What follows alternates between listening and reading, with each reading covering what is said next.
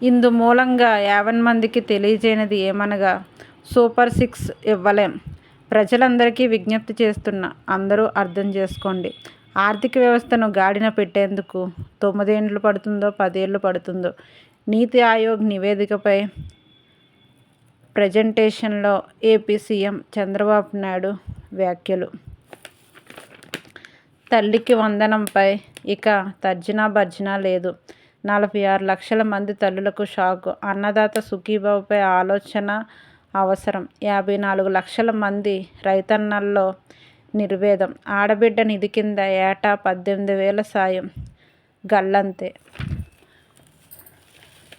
1.80 కోట్ల మంది అక్కచెల్లెమ్మల ఆక్రందన.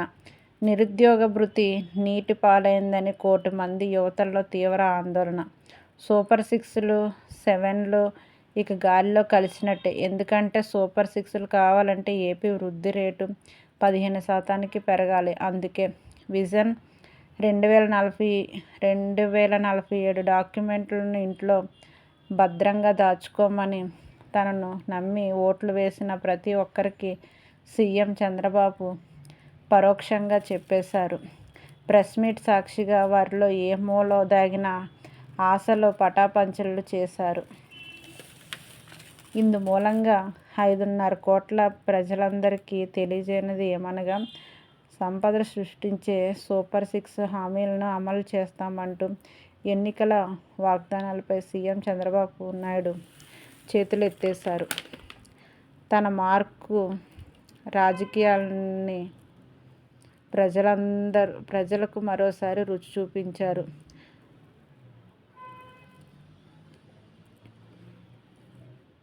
ఆదాయం పెరిగితే అప్పుడు రైతు భరోసా, తల్లికి వందనం అమలు చేస్తామని వెల్లడించారు. గాడి తప్పిన ఆర్థిక వ్యవస్థను గాడిన పెట్టేందుకు 9 ఏళ్లు పడుతుందో 10 ఏళ్లు పడుతుందో అంతుపట్టడం లేదంటూ మాట్లాడారు. రాష్ట్ర స్థూల ఉత్పత్తి ఏటా 15% మేర పెరిగి తద్వారా ఆదాయం, సంపద సమకూరిన తర్వాతే సూపర్ సిక్స్ పథకాలను అమలు చేస్తామని ముఖ్యమంత్రి చంద్రబాబు నాయుడు స్పష్టం చేశారు. రాబడి తగ్గుతుంది. ప్రజలందరూ దీన్ని అర్థం చేసుకోవాల్సిందిగా విజ్ఞప్తి చేస్తున్నారు.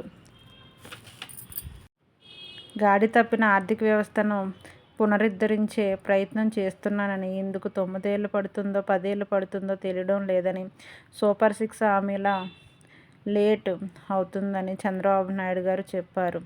విశ్వ ప్రయత్నం చేసినా ఇంకా పూర్తిగా కంట్రోల్లోకి రాలేదన్నారు. ఆర్థికంగా వెసులుబాటు వచ్చిన తర్వాత సంపద సృష్టించడం ద్వారా ఆదాయం పెంచిన అనంతరం సంక్షేమ పథకాలను అమలు చేస్తామన్నారు. అందుకే ప్రజలకు వాస్తవాలు చెబుతూ అవగాహన కల్పిస్తున్నామన్నారు. గత ప్రభుత్వం ఎక్కువ అప్పులు చేసింది. గత ప్రభుత్వం వల్ల మూలధన వ్యయం తక్కువ చేసిందని, దీంతో వృద్ధి తగ్గిపోయిందని చంద్రబాబు నాయుడు గారు పేర్కొన్నారు. ప్రజల కోరికలు తీర్చాలంటే రెవెన్యూ రాబడి పెరగాల్సి ఉందని సీఎం చంద్రబాబు నాయుడు గారు తెలిపారు. రాష్ట్ర ఆర్థిక వ్యవస్థ పాటు మిగతా వ్యవస్థలను గాడిలో పెట్టేందుకే చర్యలు తీసుకుంటున్నామన్నారు. అయితే ఇందుకు ఇంకా సమయం పడుతుందన్నారు. రాష్ట్రం శ్రీలంకలా అవుతుందని గతంలోనే చెప్పానని, ఇప్పుడు నీతి ఆయోగ్ కూడా రాష్ట్ర ఆరోగ్య సూచికల్లో అదే చెబుతుందన్నారు. గత ప్రభుత్వం అప్పులు చేసి జల్సాలు చేసిందని సీఎం చంద్రబాబు నాయుడు గారు ఆరోపించారు. అప్పులు తీర్చే స్తోమత కూడా లేకుండా చేసిందన్నారు. ఖచ్చితంగా వ్యయం చేయాల్సిన వేతన